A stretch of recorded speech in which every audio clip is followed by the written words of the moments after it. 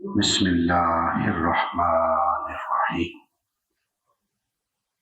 قل ان کنتم تحبون اللہ فاتبعونی یحببکم اللہ ویغفر لکم ذنوبکم واللہ غفور رحیم۔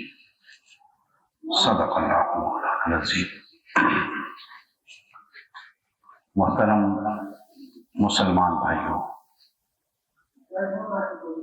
اللہ جل مجدہ کا لطف و کرم ہے جس نے آج کے پرفتن دور کے اندر ہمیں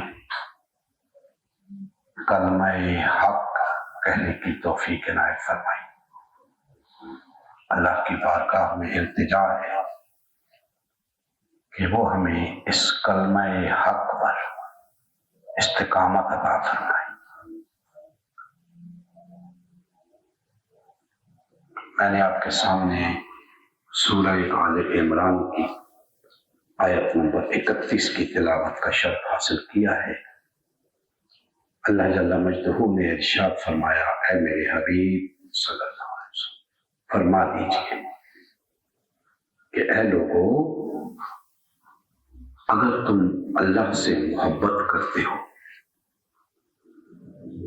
تو میری اتباع کرو، اللہ تم سے محبت کرے گا اور تمہارے گناہ بخش دے گا۔ اللہ بڑا غفور اور رحیم ہے۔ دوستان محترم، متعدد مضامین ہیں اس آیہ مقدسہ کے اندر، تاہم کوشش کروں گا کہ جو کچھ میں آج کہنا چاہتا ہوں اس آیہ مقدسہ کی روشنی میں وہ کہہ سکوں۔ سب سے پہلی بات یہ ذہن میں بٹھا لیں کہ نبی کریم صلی اللہ علیہ وآلہ وسلم کے عہد مبارک میں ایسے لوگ تھے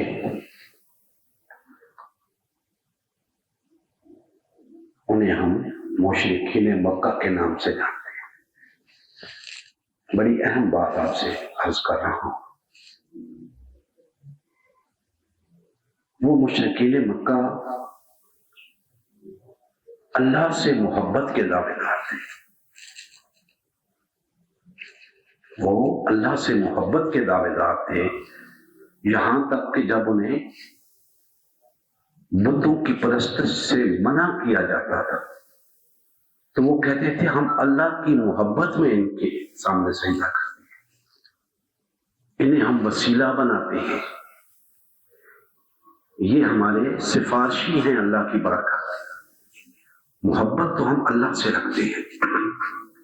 تو اللہ جل مجدہ نے نبی کریم صلی اللہ علیہ وآلہ وسلم سے فرمایا کہ اے میرے حبیب، ان سے کہہ دیجئے کہ اگر تم اللہ کے ساتھ دعوی محبت میں سچے ہو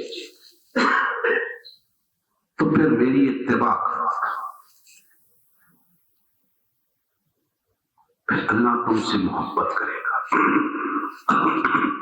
یعنی یہاں پہ ایک نقطہ آ گیا، میں عرض کروں کہ ابھی تم اللہ سے محبت کے دعوے دار ہو، اللہ سے محبت کرتے ہو، طالب ہو، اپنے تئیں محب ہو۔ جب میری اتباع کرو گے تو پھر اللہ تم سے محبت کرے گا، پھر تم طالب نہیں رہو گے، مطلوب بن جاؤ گے، پھر تم محب نہیں رہو گے، محبوب بن جاؤ گے۔ گویا اتباع رسول صلی اللہ علیہ وسلم اتنی اہمیت کی حامل ہے دین کے اندر، اتباع رسول انتہائی اہمیت کی حامل ہے کہ انسان کو طالب سے مطلوب بنا دیتی ہے، محب سے محبوب بنا دیتی ہے، وہ بھی اللہ کا۔ اور پھر فرمایا اللہ تمہارے تمام گناہ بخش دے گا، پھر اللہ کی طرف سے مغفرت بھی عطا ہو جاتی ہے۔ تو گویا اتباع رسول اللہ کی محبت کو جانچنے کا پیمانہ ہے۔ اگر کوئی شخص اللہ سے محبت کا دعویٰ رکھتا ہے تو اسے اتباع رسول کے لیے دامن مصطفیٰ کو تھامنا لازم ہے، اس کے بغیر چارہ نہیں ہے۔ لاکھ دعوے کرتا پھرے، لاکھ سجدے کرتا پھرے، حج پہ حج کرے، ہم وقت سجدے میں پڑا رہے، اس کا دعویٰ ہی رہے گا، اللہ اس سے محبت نہیں کرے گا جب تک کہ وہ نبی کریم صلی اللہ علیہ وآلہ وسلم کی اتباع نہیں کرتا۔ اور اتباع روکھی سوکھی اتباع نہیں چاہیے، اتباع بھی محبت بھری چاہیے۔ اتباع محض اس لیے نہیں کہ اتباع کروں گا تو اللہ مجھ سے محبت کرے گا، نہیں دوستان محترم، اتباع کے پیچھے بھی جذبہ محبت کا فرما ہونا چاہیے۔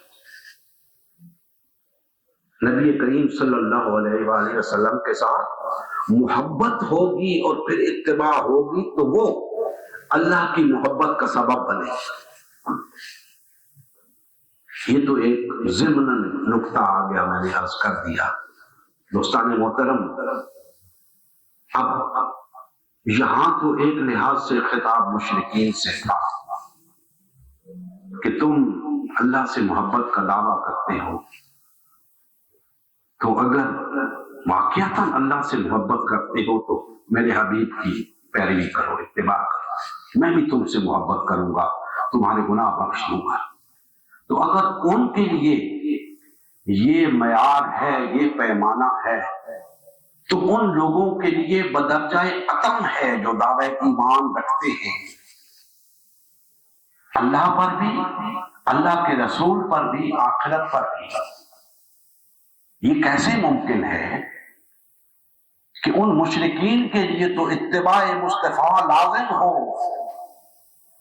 اللہ کی محبت کو پانے کے لیے، اپنے گناہ بخشوانے کے لیے، اور ان لوگوں کے لیے جو اللہ پر بھی ایمان رکھتے ہوں، اللہ کے رسول پر بھی ایمان رکھتے ہوں، آخرت پر بھی ایمان رکھتے ہوں، ان کے لیے یہ لازم نہ ہو کہ وہ اتباع رسول کریں، ایسا ممکن نہیں۔ تو اتباع رسول کے بغیر چارہ نہیں۔ آپ محض قرآن کی طرف رجوع کر کے حق کو نہیں پا سکتے، اتباع رسول کو نہیں پا سکتے، اللہ کی محبت کو نہیں پا سکتے، اللہ کی بارگاہ سے اپنے گناہ نہیں بخشوا سکتے۔ تو اتباع رسول ایمان کا مرکز و محور ہو گیا۔ اب دوستان محترم، جس بات کی طرف آنا چاہتا ہوں اور آپ کو لانا چاہتا ہوں وہ یہ ہے کہ آج ہمارے معاشرے کے اندر ایک ایسا فتنہ بپا ہے جس کی سرکوبی ضروری ہے۔ گو کہ یہ پرفتن دور ہے، ایک نہیں سینکڑوں فتنے بپا ہیں، لیکن کچھ فتنے ایسے ہیں جنہوں نے دین کی بنیادوں پر ضرب لگائی ہے، ان کا تدارک بہت ضروری ہے، ان کی سرکوبی بہت ضروری ہے۔ بے شک ہمیں ان فورمز پہ موقع نہیں ملتا جہاں پہ یہ بات ہوتی ہے، لیکن کم سے کم ہم جہاں بیٹھے ہیں یہاں تو یہ بات کر سکتے ہیں۔ ممکن ہے کسی ذریعے سے ان تک یہ بات پہنچے، وہ متوجہ ہوں، ہم سے رابطہ کریں، ہم پر تنقید کریں، کوئی بات سامنے آئے، ایک بحث کا دروازہ کھلے اور پھر حق سامنے آئے،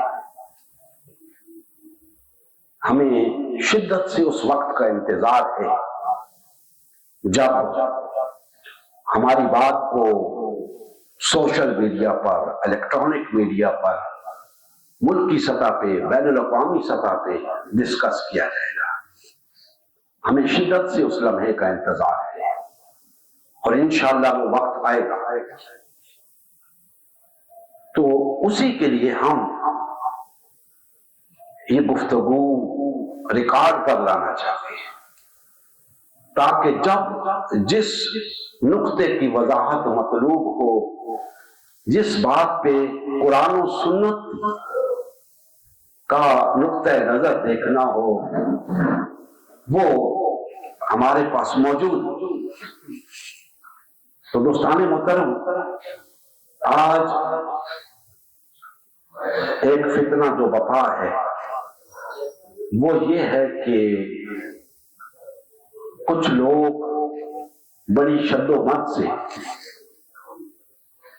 اس بات کا کھلے عام اظہار کر رہے ہیں، اور محض اظہار نہیں کر رہے، اسے قرآن کا فیصلہ قرار دے رہے ہیں یا دین کا فیصلہ قرار دے رہے ہیں۔ وہ یہ ہے کہ فریضہ اقامت دین سرے سے کوئی فریضہ ہے ہی نہیں۔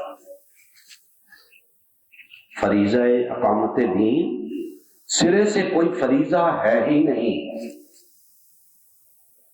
بلکہ دین محض یہ ہے کہ ہر شخص اپنے تئیں اس پر عمل پیرا ہو۔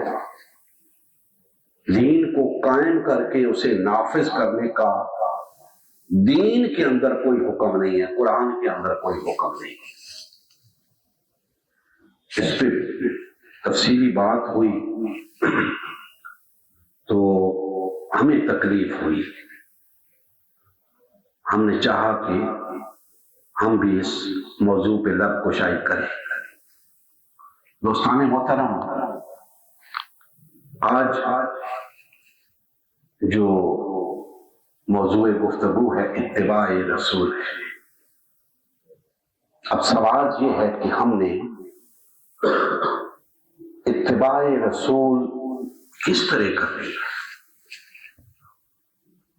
کس کس معاملے میں کرنی ہے، کہاں کہاں کرنی ہے، کہاں کہاں نہیں کرنی ہے۔ دوستان محترم، ایسا نہیں ہے کہ چند امور میں تو ہم نے اتباع کرنی ہے اور چند امور میں نہیں کرنی ہے۔ نہیں، اتباع رسول مکمل طور پہ کرنی ہے، اور مکمل طور پہ اتباع رسول کا طریقہ یہ نہیں کہ آپ دین کے تمام احکامات اور ان کی جزیات کو کسی کتاب کے اندر بند کر دیں اور پھر کہیں جی ان پر عمل کریں۔ اس کا نام اتباع رسول نہیں ہے۔ اتباع رسول کے لیے ہمیں نبی کریم صلی اللہ علیہ وآلہ وسلم کی حیات طیبہ کے مجموعی رویے کو سامنے رکھنا ہے۔ آپ نے اس دور کے اندر جو کچھ کیا، بے شک وہ لائق اتباع ہے، وہ سب سنت کے دائرے میں آتا ہے، لیکن اس میں اصول بھی ہیں، فروع بھی ہیں، جزیات بھی ہیں۔ جزیات میں اختلاف کسی حد تک ممکن ہے، اصول میں اختلاف ممکن ہے۔ اصول براہ راست قرآنی احکامات پر عمل پیرا ہونے سے سامنے آتے ہیں، اور فروعات ان اصول پر عمل پیرا ہونے کے نتیجے میں جو جزیات ہوتی ہیں، جیسے ہم دیکھتے ہیں نماز کے طریقے میں مختلف چیزیں ہیں جو متعدد گروہوں کے ہاں اختلافی مسئلے کے طور پہ سامنے آئی. تو یہ جزوی نوعیت کے فروعی مسائل ہیں. اصول پہ اختلاف کی گنجائش نہیں ہے. نماز پر اختلاف کی گنجائش نہیں ہے کہ جی نماز پڑھنی ہے یا نہیں پڑھنی، روزہ رکھنا ہے یا نہیں رکھنا، حج کرنا ہے یا نہیں کرنا. ان چیزوں پہ اختلاف کی گنجائش نہیں ہے، جزیات میں ہو سکتی ہے. تو اب دیکھنا یہ ہے کہ وہ اتباع رسول کا مجموعی نقشہ جو ہمارے سامنے آتا ہے، مجموعی رویہ جو ہمارے سامنے آتا ہے، ہم تو اسے نبی کریم صلی اللہ علیہ وآلہ وسلم کی سنت قرار دیتے ہیں. لیکن اگر کچھ لوگوں کو اس بات سے اختلاف ہے تو ہم اسے یوں ہی دیکھتے ہیں کہ نبی کریم صلی اللہ علیہ وآلہ وسلم کی حیات طیبہ کا مجموعی رویہ، اس کی چونکہ ہم نے اتباع کرنی ہے تو اسے سامنے رکھنا ہوگا. آیا نبی کریم صلی اللہ علیہ وآلہ وسلم کے اس زندگی گزارنے کے مجموعی رویے کے اندر کیا محض چند رسومات تھیں، چند اخلاقی تعلیمات تھیں، یا کچھ اور بھی تھا؟ اس سے بڑھ کر کچھ اور بھی تھا. تو یہ بات روز روشن کی طرح عیاں ہے کہ اس سے بڑھ کر بہت کچھ تھا. اور اگر اتباع رسول کا دامن تھاما جائے تو یہ فلسفہ، یہ اقلا حل ہو جاتا ہے کہ کیا کرنا ہے، کیا نہیں کرنا. اب ہم اس پہلو کو دیکھتے ہیں جسے میں نے آپ کے سامنے رکھا کہ آج یہ کہا جا رہا ہے کہ فریضہ اقامت دین سرے سے کوئی فریضہ ہے ہی نہیں. ہم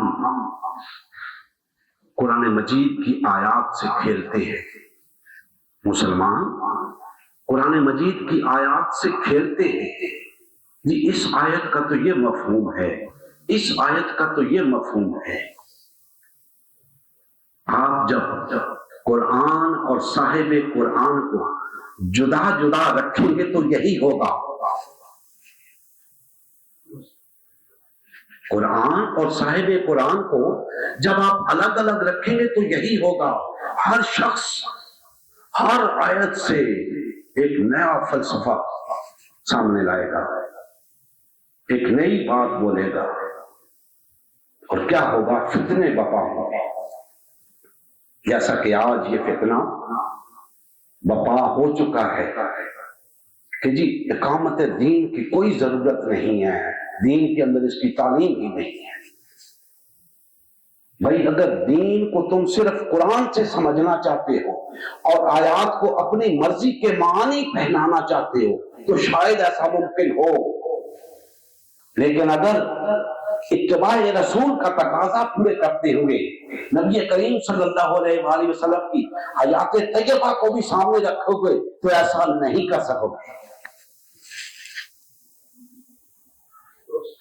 اس لیے کہ آپ کی حیات طیبہ اسی قرآن کی عملی تفسیر ہے. تم کون سی آیت کو اس عملی تفسیر کے خلاف لاؤ گے؟ کون سی آیت کا انکار کرو گے؟ نبی کریم صلی اللہ علیہ وآلہ وسلم کی وہ حیات طیبہ محض چند اخلاقی تعلیمات پر مشتمل نہیں تھی، محض چند رسومات کی ادائیگی پر مشتمل نہیں تھی. وہ اس روئے زمین کے اوپر ایک عظیم انقلاب برپا کرنے کی جدوجہد تھی. اس روئے کے زمین کے اوپر اللہ کی حاکمیت کے قیام کی جدوجہد تھی. اقامت دین کے فریضے کی ادائیگی کی جدوجہد تھی. کون فرد بشر ہے جو اس بات سے انکار کرے کہ نبی کریم صلی اللہ علیہ وآلہ وسلم نے اقامت دین کے فریضے کے ادائیگی کے لیے جدوجہد نہیں کی۔ اگر جدوجہد نہیں کی تو دین قائم کیسے ہوا؟ دین غالب کیسے آیا؟ دین نافذ کیسے ہوا؟ میں جانتا ہوں آپ کے پاس 100 بہانے ہیں۔ آپ کہیں گے یہ معاملہ نبی کریم صلی اللہ علیہ وآلہ وسلم کے ساتھ خاص تھا، ہمارے لیے نہیں ہے۔ تو آپ کے لیے پھر کیا ہے؟ آپ چھولے بیچنے آئے ہیں یہاں پہ، کیا ہے آپ کے لیے؟ قرآن سے من مانی تشریحات اخذ کرنا آپ کا کام ہے؟ لوگوں کو قرآن کی آیات کو گواہ بنا کر لوگوں کو گمراہ کرنا مقصود ہے؟ کیوں نبی کریم صلی اللہ علیہ وآلہ وسلم کی سیرت کو قرآن سے الگ رکھتے ہو؟ کیوں فیصلے کے وقت محض قرآن کی آیات کا سہارا لیتے ہو؟ سیرت مصطفیٰ کو سامنے کیوں نہیں رکھتے؟ اور پھر جب سیرت مصطفیٰ سے تمہیں جواب تمہاری خواہش کے خلاف ملتا ہے تو پھر اسے اپنی مرضی کے معنی پہنانے لگتے ہو کہ یہ تو آپ کے لیے خاص تھا، تو آپ کے لیے خاص تھا، تو آپ کے بعد اصحاب رسول نے کیا اقامت دین کے فریضے کے ادائیگی کے لیے جدوجہد نہیں؟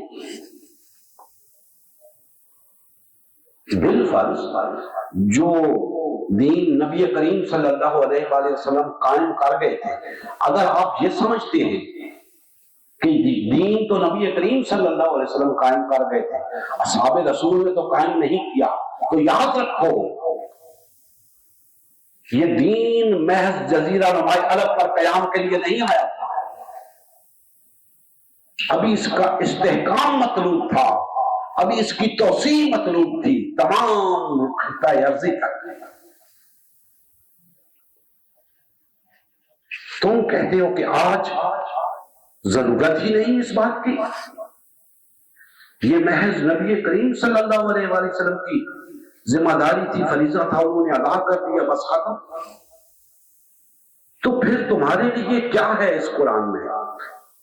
پھر تمہارے لیے کیا ہے نبی کریم صلی اللہ علیہ وآلہ وسلم کی سیرت مطہرہ؟ بس ایک من گھڑت فلسفہ سامنے لے آئے ہو کہ اسلام محض چند رسومات اور چند اخلاقی تعلیمات کا مجموعہ ہے۔ ہرگز نہیں، یہ مذاہب کی تعریف ہے، دین کی نہیں۔ دین محض رسومات اور اخلاقی تعلیمات کا مجموعہ نہیں ہوتا، دین ایک نظام کل ہے، پوری زندگی کے لیے ایک ضابطہ ہے۔ آپ کس طرح دین کو سیاست سے نکال دیتے ہیں، معیشت سے نکال دیتے ہیں، معاشرت سے نکال دیتے ہیں، چند رسومات تک اور چند اخلاقی تعلیمات تک محدود کر دیتے ہیں؟ یہ ظلم ہے۔ بات آ رہے ہیں اس روش سے، ہم نے کیوں اس دین کو قبول کیا تھا؟ کیا اسلام سے پہلے اس دنیا میں اخلاقی تعلیمات موجود نہیں تھی؟ کیا یہ مذہبی رسومات موجود نہیں تھی؟ تو پھر اسلام کو لانے کی کیا ضرورت تھی؟ اسلام کو لانے کی ضرورت فقط یہی تھی کہ اسلام کو بطور نظام غالب اور نافذ کیا جائے۔ یہ فکر ناپختہ فکر ہے، ناقص فکر ہے کہ بس اپنے تئیں اسلام پر عمل کریں۔ بڑی عجیب سی بات کہی گئی اور اس کے دفاع میں ساری بات چلتی رہی کہ یہ دین کے قیام کا مطلب ہے دین کو اختیار کرنا، دین کو نافذ کرنا نہیں ہے۔ دین کو قائم کرنا نہیں ہے، دین کو اختیار کرنا ہے۔ تو بھائی آپ کو غلط فہمی ہوئی ہے کہ اختیار کرنا شاید کچھ اور ہوتا ہے، نافذ کرنا شاید کچھ اور ہوتا ہے، اور قائم کرنا شاید کچھ اور ہوتا ہے۔ دین کو اختیار کرنا ہی تو دین کو قائم کرنا ہے، دین کو اختیار کرنا ہی تو دین کا نفاذ ہے۔ آئیے آپ کی بات مانتے ہیں، آئیے دین کو اختیار کرنا ہے۔ جب دین کو اختیار کریں گے تو نتیجہ کیا نکلے گا؟ اگر محض اخلاقی تعلیمات تک آپ محدود ہو جائیں گے تو پھر تو نتیجہ وہی نکلے گا جو آپ چاہتے ہیں۔ لیکن اگر آپ دین کو واقعتاً اختیار کریں گے اس طرح جس طرح نبی کریم صلی اللہ علیہ وآلہ وسلم اور اصحاب رسول نے اختیار کیا، تو کوئی وجہ نہیں کہ دین غالب نہ آئے، کوئی وجہ نہیں کہ دین نافذ نہ ہو، کوئی وجہ نہیں کہ دین قائم نہ ہو۔ آئیں نہ اختیار کریں دین کو۔ ہم بھی کہتے ہیں دین کو اختیار کریں۔ جب آپ دین کو اختیار کریں گے تو وہی بات ہو جائے گی کہ وہ اقامت دین کی جد و جہد ہو جائے گی، اس سے فریضہ اقامت دین ادا ہوگا۔ آپ دین کو اختیار کرنے اور دین کو قائم کرنے کو مختلف کیوں سمجھ رہے ہیں؟ یہ ایک ہی چیز ہے۔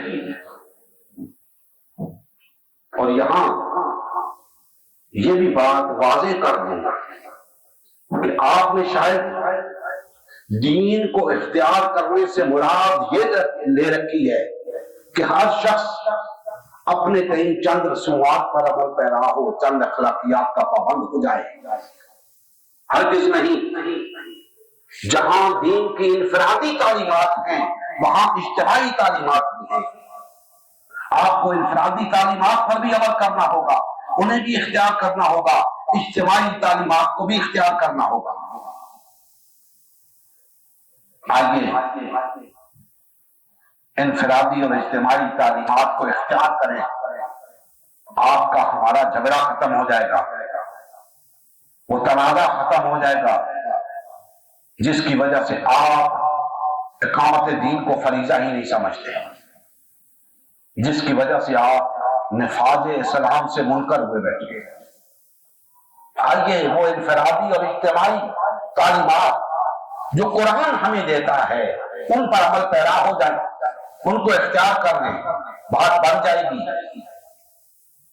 لیکن خدا اس فتنے کو نہ پھیلائیں کہ دین قائم کرنے کے لیے نہیں ہے، دین نافذ کرنے کے لیے نہیں ہے۔ یہ انتہائی گمراہ کن بات ہے۔ اس دین کا ہم نے کیا کرنا ہے جو ہمیں محکومی اور غلامی میں زندگی بسر کرنے کی تعلیم دے؟ ہم نے اس دین کا کیا کرنا ہے؟ ہم نے تو اس دین کو قبول ہی اس لیے کیا ہے کہ یہ ہمیں انسانوں کی غلامی اور محکومی سے نجات دلانے کی بات کرتا ہے، ہمیں انسانوں کی محکومی اور غلامی سے نجات دینے کی ضمانت دیتا ہے۔ ہم نے تو قبول ہی اس لیے کیا ہے۔ اور اگر یہ ضمانت نہیں ہے دین کے پاس تو ہم نے اس دین کا کیا کرنا ہے؟ ادھر بھی رہیں گے تو غلامی کی زندگی، ادھر بھی رہیں گے تو غلامی کی زندگی، فرق کیا رہ گیا؟ دین کو اپنی اپنی نگاہ سے نہ دیکھو، دین کو نگاہ مصطفیٰ سے دیکھو، سمجھ آ جائے گی۔ ہماری نگاہیں دور رس نہیں ہیں، بہت کمزور ہیں ہماری نگاہیں۔ اسی لیے اللہ نے اپنے حبیب کو بھیجا کہ میرے حبیب جا کے تا قیام قیامت آنے والی انسانیت کو بتا دے کہ دین پر عمل پیرا ہونے کا مطلب کیا ہے، دین کو قائم کرنے کا مطلب کیا ہے، دین کو نافذ کرنے کا مطلب کیا ہے۔ کسی کو سمجھ نہ آئے تو ہم کچھ نہیں کہہ سکتے، بات بالکل واضح ہے۔ سارا معاملہ اتباع رسول کا ہے۔ آج محبت کے دعوے دار ہم ہیں، اللہ سے محبت کے دعوے دار، لیکن مار پڑ رہی ہے بہت بری طرح پوری دنیا کے اندر، کیونکہ ہم اتباع رسول نہیں کر رہے۔ اتباع رسول ہوگی تو پھر ہمارے اندر محبت ہوگی، اخوت ہوگی، وحدت ہوگی۔ یہ تین چیزیں جب تک نہیں ہوں گی، اتباع رسول کا تقاضا پورا نہیں ہوگا۔ اور جب یہ تین چیزیں پورے ہوں، جو پوری ہو جائیں گی، نہ صرف اتباع رسول ہو جائے گی بلکہ پھر اللہ ہم سے محبت کرنے لگے گا، ہمارے گناہ معاف کر دے گا، اللہ ہر میدان میں ہماری مدد کرے گا، ہمیں کامیاب کرے گا، ہمیں ثابت قدم رکھے گا، ہمارے قدم جما دے گا۔ لیکن ہم دین سے دور بھاگ رہے ہیں اپنی اپنی من مانی تشریحات اور تعبیرات کی وجہ سے۔ دین کی ایک ہی تعبیر ہے جسے قرآن و سنت کے آئینے میں پرکھا جا سکتا ہے، دیکھا جا سکتا ہے۔ نبی کریم صلی اللہ علیہ وآلہ وسلم کی سیرت مطہرہ دین کی کھلی تعبیر ہے، واضح شکل ہے، ہر بات روز روشن کی طرح عیاں ہے۔ آپ کو کیوں مبارکہ لگا ہوا ہے؟ کیوں ٹھوکریں کھا رہے ہو؟ کیوں اپنی تباہی کا باعث بھی بن رہے ہو، لوگوں کو بھی گمراہ کر رہے ہیں؟ تو لوٹو قرآن و سنت کی طرف، اسی میں فلاح ہے، دنیاوی اور اخروی، اسی میں نجات ہے، اسی میں بھلا ہے۔ تو میری ان تمام آداب سے التماس ہے جو اس فتنے کو پروان چڑھا رہے ہیں کہ خدا را اس فتنے سے باز آ جائے، اس کو پروان چڑھانے سے باز آ جائے۔ اگر بات آپ کی سمجھ میں نہیں آ رہی تو آئیے بیٹھ کے بات کرتے ہیں، سمجھنے اور سمجھانے کی کوشش کرتے ہیں۔ میں سمجھتا ہوں کہ اگر آپ خود ہی نبی کریم صلی اللہ علیہ وآلہ وسلم کی سنت مبارکہ کی روشنی میں، سیرت مبارکہ کی روشنی میں اس قرآن کو پڑھیں گے تو بات آپ کی سمجھ میں آ جائے گی، کیا کرنا ہے، کیا نہیں کرنا، کیا کرنا ہے، کیوں کرنا ہے، کب کرنا ہے، سب بات سمجھ میں آ جائے گی۔ اللہ تبارک تعالیٰ ہمارے حال پہ رحم فرمائے اور ہمیں کما حق ہو صحیح تصور دین کو سمجھ کر اپنانے کی توفیق عطا فرمائے۔ وما علینا الا البلاغ المبین۔ اجرکم اللہ۔